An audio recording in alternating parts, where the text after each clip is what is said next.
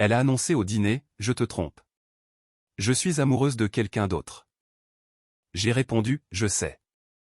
Puis j'ai révélé que je le savais depuis des jours, que j'avais lentement vidé notre compte commun et sécurisé tous mes actifs. La tête de son amant quand elle lui a demandé de payer ses factures. Post original, homme, 35 ans. Je suis assis dans mon nouvel appartement à regarder les SMS de plus en plus désespérés de mon ex-femme, et honnêtement, je ne ressens rien d'autre que du soulagement. Jeudi dernier devait être notre dîner d'anniversaire. 5 ans de mariage, 7 ans ensemble. J'avais réservé dans son restaurant italien préféré. Elle a insisté pour inviter un collègue, Maxime, 32 ans, et sa copine, Chloé, 29 ans, disant que ce serait plus sympa en groupe. Je savais pourquoi elle les voulait vraiment là. Voyez-vous, je savais pour sa liaison depuis exactement 11 jours à ce moment-là. Ça a commencé par un détail. Elle a laissé son iPad à la maison, connecté à ses messages.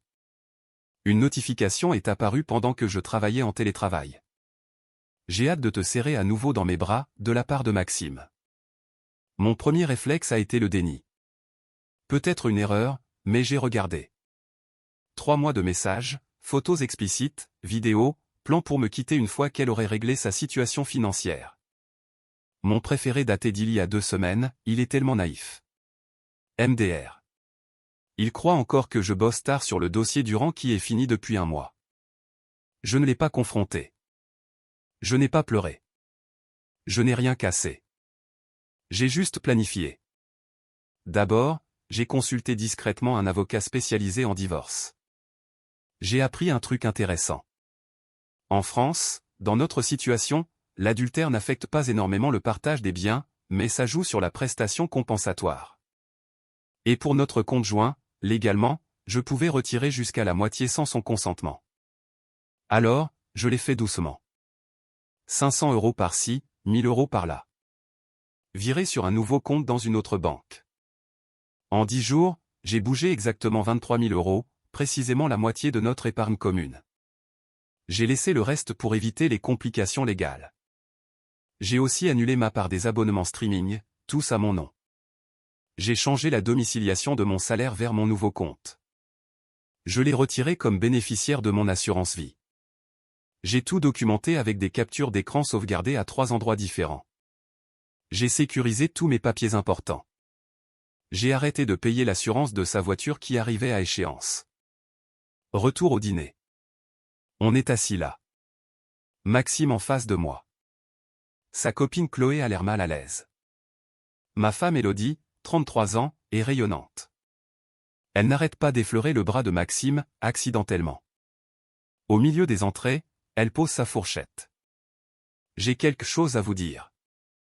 Ça y est. J'ai une liaison. Je suis amoureuse de quelqu'un d'autre. Je veux divorcer. La table est devenue silencieuse. Les yeux de Chloé se sont écarquillés, fixant Maxime. Il a blêmi. J'ai pris une gorgée de vin. Je sais. Élodie a cligné des yeux. Tu quoi? Je le sais depuis 11 jours, depuis que tu as laissé ton iPad ouvert sur les messages de Maxime disant à quel point je suis naïf. Maxime a commencé à parler. J'ai levé la main. J'ai déjà vu les photos, les vidéos, les messages sur votre plan financier. Au fait, Maxime, est-ce que Chloé sait que tu couches avec Élodie depuis 3 mois? Le hoquet de stupeur de Chloé méritait un Oscar. Quoi? Maxime a bafouillé, Chloé, bébé, c'est pas, j'ai les captures d'écran, ai-je dit à Chloé. Tu veux que je te les envoie par airdrop? Elle s'est levée si vite que sa chaise est tombée. Du vin a giclé partout. 3 mois? Alors qu'on planifiait notre mariage? Mariage? La voix d'Élodie s'est brisée. Vous êtes fiancés? La tête d'Élodie. Le choc absolu, la trahison. Oh, l'ironie. Chloé a jeté son verre au visage de Maxime et est sortie en trombe.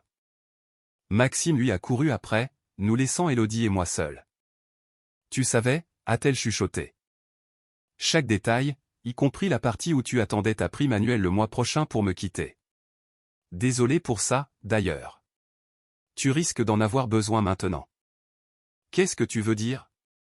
Eh bien, j'ai retiré ma moitié de nos économies, résilier ton assurance auto qui a expiré hier, et changer mon virement de salaire. Oh, et j'ai déjà déposé la demande de divorce. Tu recevras les papiers demain. Tu ne peux pas juste. Si, je peux. J'ai tout fait légalement. Mon avocat s'en est assuré. Elle a commencé à pleurer. Où est-ce que je suis censé aller? Je suppose chez Maxime. Oh, attends. Il habite chez Chloé. Enfin, habiter chez Chloé. C'est cruel. Cruel, c'est de me tromper pendant 3 mois en prévoyant de me prendre par surprise après avoir touché ta prime. J'ai juste rendu l'appareil avec un meilleur timing.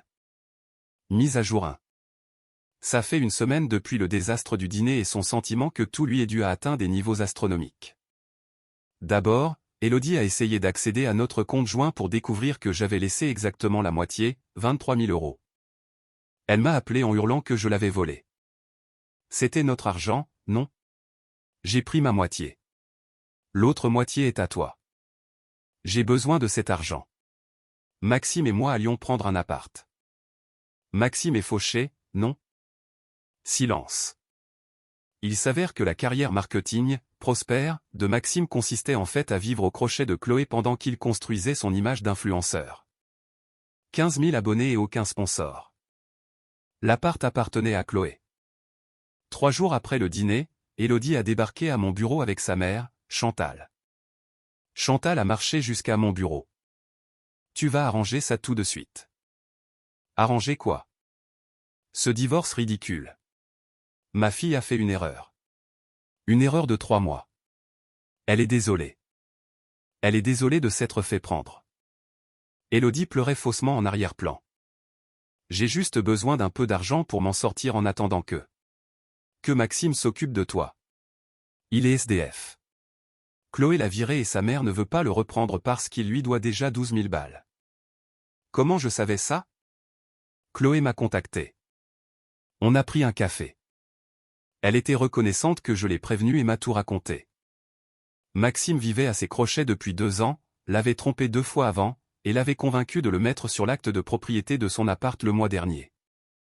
Elle se battait pour le faire retirer. Chantal a tenté une autre approche. Et la maison? Elodie mérite la moitié. C'est une location à mon nom uniquement. Elle a emménagé chez moi, tu te souviens? Elles ont essayé une autre tactique. Elodie a posté sur les réseaux sociaux disant que je l'abusais financièrement et que je l'avais abandonnée sans prévenir. Elle s'est posée en victime. J'ai répondu par un seul commentaire, point de vue intéressant venant de quelqu'un qui a trompé son mari pendant 3 mois en planifiant de le quitter après avoir sécurisé sa prime annuelle. Ses amis ont commencé à poser des questions. Son histoire s'est effondrée quand Chloé a commenté, peut-être mentionne aussi que tu couchais avec mon fiancé pendant qu'on planifiait notre mariage. Elodie a supprimé le post. Mais le meilleur, c'est que Maxime a essayé de sauver les meubles avec Chloé. Il a complètement enfoncé Elodie. Il a envoyé des messages à Chloé disant qu'Elodie l'avait séduit, qu'elle était obsédée par lui, qu'il essayait de la repousser en douceur. Chloé m'a tout transféré, et j'ai tout transféré à Elodie. Les SMS de rage étaient glorieux. Comment as-tu pu partager des messages privés? Maxime m'aime. Il l'a dit. Tu gâches ma vie. J'exige une pension alimentaire. Mon avocat a ri de la demande de pension. Adultère plus elle a un CDI à 60 000 € par an. Pas de pension compensatoire probable. Puis est venue l'explosion de désespoir. Elodie a convaincu son père, Philippe, de m'appeler. Philippe est un type bien, mais complètement sous la coupe de Chantal. Fiston, on ne peut pas arranger ça? Elodie reste avec nous, et Chantal est difficile quand elle est contrariée. Philippe, elle m'a trompé pendant des mois. Je sais, mais avec un homme fiancé. Oui, mais en planifiant de me quitter après sa prime. Il n'y a rien à arranger. Pourrais-tu au moins aider pour le paiement de sa voiture? Elle ne peut pas se le permettre seule. Elle aurait dû y penser avant de me tromper. Chantal dit que tu es vindicatif. Chantal peut penser ce qu'elle veut. Elodie a fait des choix. Ce sont les conséquences. Mise à jour 2. La 2e semaine a apporté de nouveaux niveaux de délire. Elodie a essayé de contester la demande de divorce, invoquant la détresse émotionnelle et la manipulation financière. Son avocate, une amie de Chantal qui lui devait une faveur, a déposé une motion pour une aide financière d'urgence. L'audience était hier. Élodie s'est pointée habillée comme pour un enterrement, essayant clairement de jouer la femme détruite. Son avocate a argumenté, il a orchestré la découverte de la liaison pour maximiser les dégâts financiers. Le juge a carrément ri. Maître, êtes-vous en train d'argumenter que l'adultère de votre cliente est en quelque sorte la faute du plaignant? Il a retiré l'argent en sachant qu'elle en aurait besoin.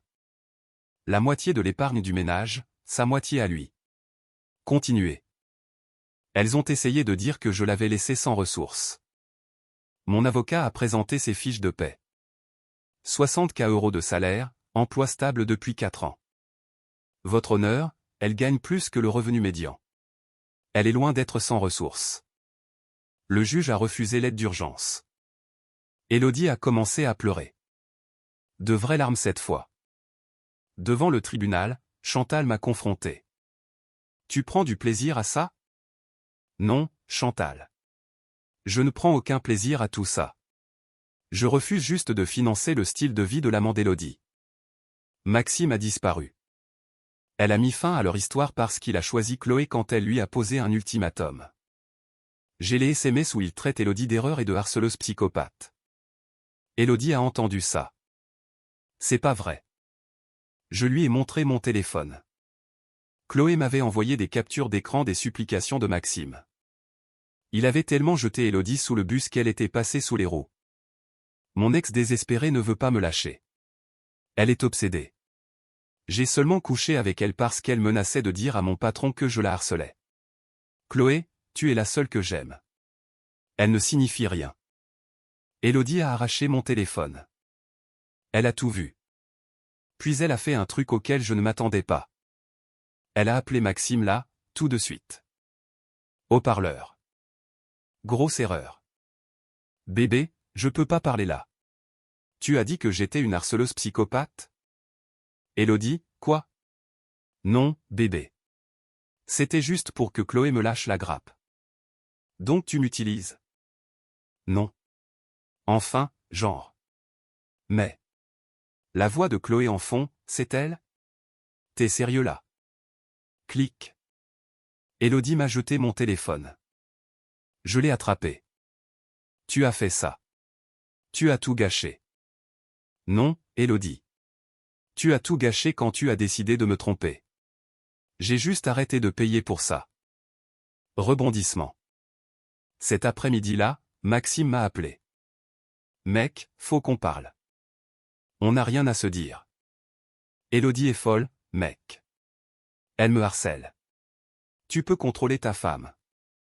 Ma femme? Tu veux dire celle avec qui tu couches depuis 3 mois. C'était une erreur. Elle m'a dragué, elle a dit que t'étais abusif, que tu la négligeais. J'ai vos messages, planifiant des rendez-vous, l'appelant bébé, disant que tu l'aimes. J'étais juste. De toute façon, c'est plus ma femme. C'est ton problème maintenant. Allez mec.